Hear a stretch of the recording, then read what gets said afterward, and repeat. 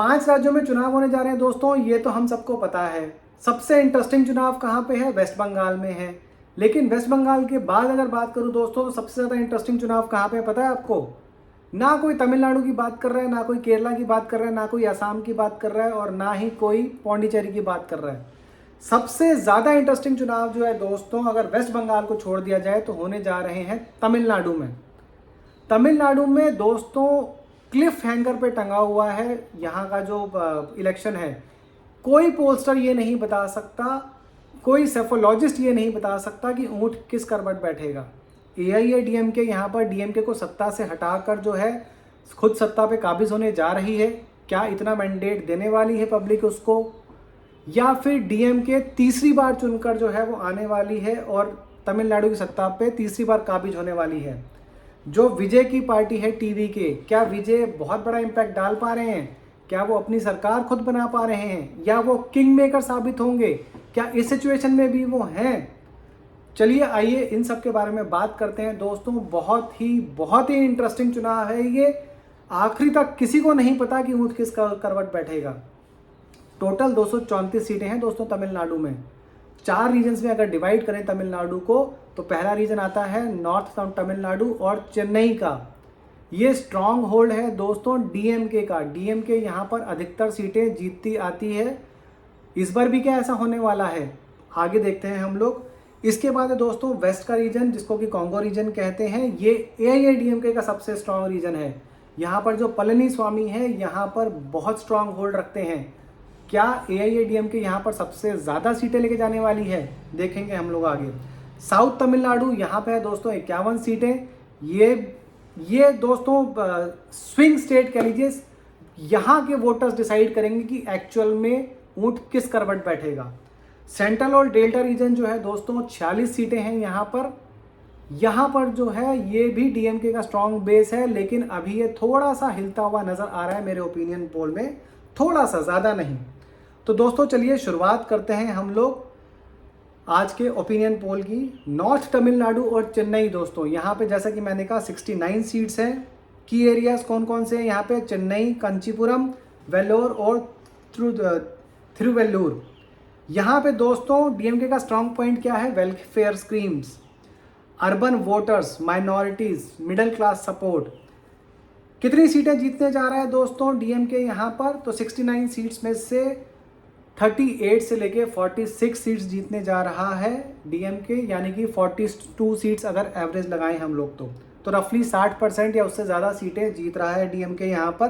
Clear winner है यहाँ पर एआईएडीएमके, यहाँ पर जीत रहा है 22 से 26 सीटें। तो टोटल हो गया दोस्तों एवरेज बोलूँ तो 24 सीटें। अदर्स जो है वो 2 से 4 सीटें यहाँ पे जीत सकता है दोस्तों। एवरेज लगा के चलूँ तो 3 सीटें आप मान लीजिए यहाँ पर। तो अभी टोटल है दोस्तों डीएमके 42, एआईएडीएमके 24 और अदर्स 2, जिसमें कि टीवीके की पार्टी भी शामिल है। इसके बाद बात करते हैं दोस्तों वेस्ट तमिलनाडु की, जिसमें कि कांगो नाडु रीजन जो है उसको कहा जाता है। यहाँ पे कोयम्बटूर, सेलम, इरोड और तिरुपुर वो शामिल है। बहुत स्ट्रॉन्ग दोस्तों यहाँ पे एआईएडीएमके का होल्ड है। बीजेपी और पीएमके का जो अलायंस है वो भी यहाँ पे बहुत हेल्प करता है। कोयम्बटूर तो पूरी तरीके से स्वीप कर दिया था एआईएडीएमके ने पहले भी, और तिरुपुर और कांगू बेल्ट जो है वो एआईएडीएमके का, जैसे कि मैंने कहा, पूरा का पूरा एआईएडीएमके माना जाता है। गोंडर कम्युनिटी जो है यहाँ पर वो पूरी तरीके से एआईएडीएमके को सपोर्ट करती है। इंडस्ट्री बेल्ट है ये। तो यहाँ पर क्या दोस्तों डीएमके ज़्यादा इम्पैक्ट ला पाएगी या एआईएडीएमके क्लीन स्वीप कर लेगी? बताता हूँ आपको। एआईएडीएमके जो है दोस्तों यहाँ पर 43 से 49 सीट्स लेके जा सकती है 68 सीट्स में से।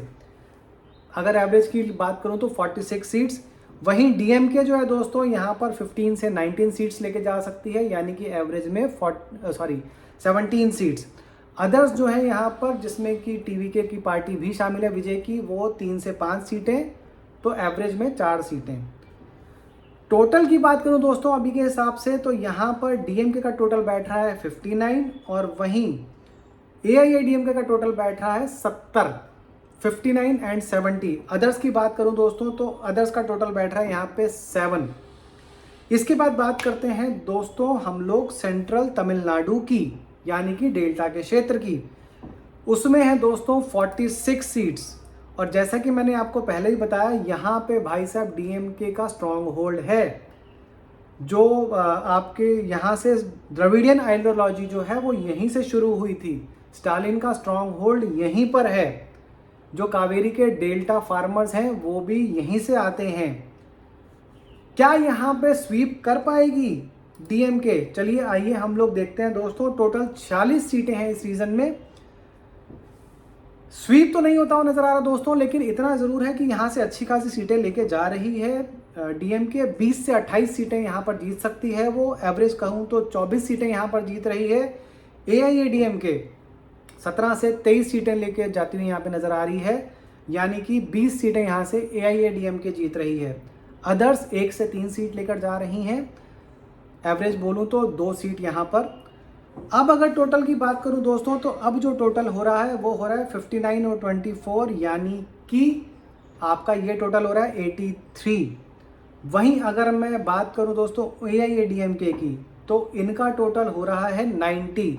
अदर्स की बात करूं दोस्तों तो इनका टोटल हो रहा है 9, यानी कि 83 डीएमके, 90 एआईएडीएमके, और उसके बाद जो है दोस्तों किसका नंबर आ रहा है, उसके बाद नंबर आ रहा है दोस्तों अदर्स का 9 सीटों के साथ। अभी भी क्लोज कॉन्टेस्ट है दोस्तों। अगर ये अदर्स की सीट 9 जो है डीएमके के साथ आ जाती है तो डीएमके 92 पे पहुंच जाएगी और एआईएडीएमके 90 पर ही रह जाएगी। तो आखिरी में जो रीजन डिसाइड करने वाला है दोस्तों वो है साउथ तमिलनाडु। ये स्विंग के मामले में भी जाना जाता है दोस्तों। यही डिसाइड करता है कि एआईएडीएमके जो है सत्ता में बैठेगी या फिर डीएमके सत्ता में बैठेगी। 51 सीट्स हैं दोस्तों यहाँ पर। चलिए आइए देखते हैं कि स्विंग किस तरफ, किस फेवर में बैठता है, ऊंट किस करवट बैठता है। तो अच्छा, यहाँ के की एरियाज बताता हूँ दोस्तों। यहाँ पर कौन कौन से एरियाज हैं। यहाँ पर है मदुरई, तिरुवल्ली, तोठाकुडी, रामानाथमपुरम। कास्ट डायनेमिक्स बहुत स्ट्रांग है दोस्तों यहाँ पर। लोकल लीडर्स जो हैं वो यहाँ पर बहुत स्ट्रॉन्ग हैं। ऑलरेडी अगर मैं बात करूँ यहाँ पे तो मदुरई और त्रिची में एआईएडीएमके और डीएमके के बीच में बहुत तगड़ी फाइट चल रही है दोस्तों। किसी भी तरफ ये जो है रीजन जा सकता है। अगर मैं ओवरऑल बात करूं कि कितनी नंबर ऑफ सीटें मिल सकती हैं यहाँ पर, तो डीएमके को यहाँ पर मिल सकती हैं दोस्तों 20 से लेकर 24 सीटें, यानी कि 22 सीटें ऑन एन एवरेज। एआईएडीएमके को यहाँ से मिल सकती हैं दोस्तों 24 से लेकर 30 सीटें, यानी कि 27 सीटें ऑन एन एवरेज। अदर्स को यहाँ से 1 से 3 सीटें मिल सकती हैं, ऑन एन एवरेज 2 सीटें। अब दोस्तों टोटल की अगर मैं बात करूं, पहले तो मैं आपको रेंज बताता हूं कि रेंज कितनी बड़ी जा रही है दोस्तों। रेंज जो है यहाँ पर डीएमके जो है 93 सीट्स मिनिमम और मैक्सिमम 117 सीटें जीत सकती है। 234 की जो है टोटल नंबर ऑफ यहाँ पे मेंबर्स हो सकते हैं दोस्तों। 117 तक भी जीत सकती है डीएमके, मतलब लगभग ऑलरेडी हाफ मार्क। 118 चाहिए आपको यहाँ पे गवर्नमेंट बनाने के लिए। 93 से लेके 117 तक जीत सकती है। ऑन एन एवरेज की बात करूं दोस्तों तो 105 सीटों पर जीत सकती है डीएमके। वहीं एआईएडीएमके की बात करूं दोस्तों तो वो 106 से लेके 126 सीटों तक जीत सकती है। और एवरेज अगर निकालूं दोस्तों तो यहाँ पर एवरेज बन के आती है 116, still too short of majority mark. इतना इंटरेस्टिंग दोस्तों ये चुनाव हो चुका है। सोचिए अगर DMK maximum number of seats लेके जाती है 117, तो एआईएडीएमके सिर्फ 106 पर रुक जाएगी। वहीं अगर एआईएडीएमके आपकी अगर 116 सीटें ले जाती है तब भी सरकार नहीं बना पाती है। 118 के लिए फिर भी 2 कम पड़ते हैं उसको। तब किंग मेकर बन सकते हैं टीवी के, जिनको की लगभग 6 से 7 सीटें मिलने की उम्मीद है। अदर्स की टोटल 11 सीटें बनती है दोस्तों। 7 से लेके 15 के बीच में वो सीटें लेके जा सकते हैं। ये टोटल हिसाब किताब है दोस्तों। अब बात कर लेते हैं कि आखिर में टीवी के का जो है वो कहाँ पे इम्पैक्ट पड़ने वाला है, किसके ऊपर इम्पैक्ट पड़ने वाला है। टीवी के का इम्पैक्ट दोस्तों कम से कम नहीं तो 30 से ज़्यादा सीटों पर पड़ने वाला है और मोस्टली डीएमके के लिए ही वो घातक होने वाले हैं। चेन्नई और अर्बन बेल्ट जो है दोस्तों वहाँ पर ये वोट कटवा का काम करेंगे। उसमें कौन कौन सी मेजर सीट्स हैं, कोलाथुर, चैपोक, उसके बाद 1000 लाइट्स, वेलाचेरी, शोलिंगुर, टी नगर, अन्ना नगर, तंबारम। यहाँ पे विजय का बहुत स्ट्रांग जो है वो फैन बेस है दोस्तों। यूथ बहुत तगड़ा है यहाँ पे, आईटी का बहुत तगड़ा क्राउड है, मिडिल क्लास है, यहाँ पे 5 से 8% आराम से वोट खींच के लेके जा सकते हैं विजय। मोस्टली डीएमके को ही हर्ट होगा। उसके बाद जो दूसरा रीजन है दोस्तों वो है कोयम्बटूर और कोंगू का। यहाँ पे Coimbatore south, Coimbatore north, Tirupur north, Tirupur south और इरोड ईस्ट और सलेम नॉर्थ और साउथ, यहाँ पर सबसे ज़्यादा इम्पैक्ट कर सकते हैं। यहाँ पे वो जो है AIADMK को नुकसान पहुँचा सकते हैं। तीसरा जो रीज़न है दोस्तों वो है मदुरई और साउथ अर्बन क्लस्टर। यहाँ पे मदुरई सेंट्रल, मदुरई नॉर्थ और साउथ, थिरुनेवल्ली, तोठुकोडू और विरुधुनगर, ये जो है दोस्तों यहाँ पर DMK और AIADMK दोनों वोटर्स जो हैं लूज हो सकते हैं। दोनों के अनप्रिडिक्टेबल रिजल्ट यहाँ पे रह सकता है दोस्तों। यहीं पे सबसे ज़्यादा उम्मीद है कि TVK को यहाँ पर सबसे ज़्यादा सीट मिल सकती हैं। इसके अलावा बात करूँ दोस्तों तो सेमी अर्बन जो सीट्स हैं उनमें कांचीपुरम, चेंगलपट्टू, विल्लुपुरम, कडलोर, डिंडीगुल, ये ऐसी सीटें हैं जहां पे दोस्तों की 2 से 5 हज़ार अगर वोट भी ले जाती है TVK की पार्टी तो DMK यहाँ पे आराम से हार सकती है। जो 93 सीट्स दी गई है ना DMK को मिनिमम में, वो इन्हीं वजह से दी गई है। तो टोटल जैसा कि मैंने आपको बताया दोस्तों लगभग 30 सीटें ऐसी हैं जहाँ पर कि बहुत तगड़ा TVK जो है वोट कटर साबित हो रही है, और कुछ जगह पर तो सीटें भी जीत के लेके जा सकती है। अगर 5% वोट लेती है TVK तो आप मान के चलिए कि जो आपकी DMK है वो लगभग 110 सीटों के आसपास पहुंच जाएगी, और फिर जो है AIADMK भी आपका 108-110 के आसपास ही रहेगी, उससे ज़्यादा नहीं जाने वाली है।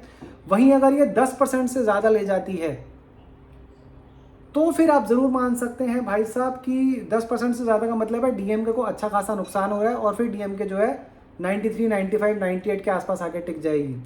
AIADMK को दोस्तों अगर सरकार बनाती भी है तो बहुत मार्जिनल सरकार बनेगी उसकी, मतलब BJP हो गई, PMK हो गई, और जो उसके साथ रीजनल पार्टीज़ हैं उन सब के साथ मिलाकर ही वो सरकार बना सकती है। AIADMK खुद जो है अपने पार्टी के दम पर सरकार नहीं बना सकती है। ये आज का जो है दोस्तों मेरा विश्लेषण है। अगर आपको लगता है कि मेरे विश्लेषण में कुछ त्रुटि रह गई है, मैंने कुछ गलत कहा है, तो आप कमेंट सेक्शन में मुझे कमेंट करके बता सकते हैं। बहुत इंटरेस्टिंग चुनाव है दोस्तों, बहुत ही इंटरेस्टिंग चुनाव है। इससे मतलब क्लोज चुनाव जो है बहुत ही कम देखने को मिलते हैं। आशा करता हूं कि आप लोगों को मेरा जो एनालिसिस है वो पसंद आया होगा।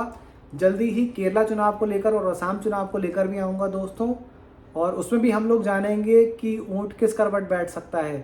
केरला में LDF जीतेगी या फिर UDF जीतेगी, और सेम असम में तो खैर वैसे किसी को शक ही नहीं है कि BJP जीतेगी ही जीतेगी, कांग्रेस क्योंकि वहाँ पर लड़ाई में कंटेस्ट में है ही नहीं।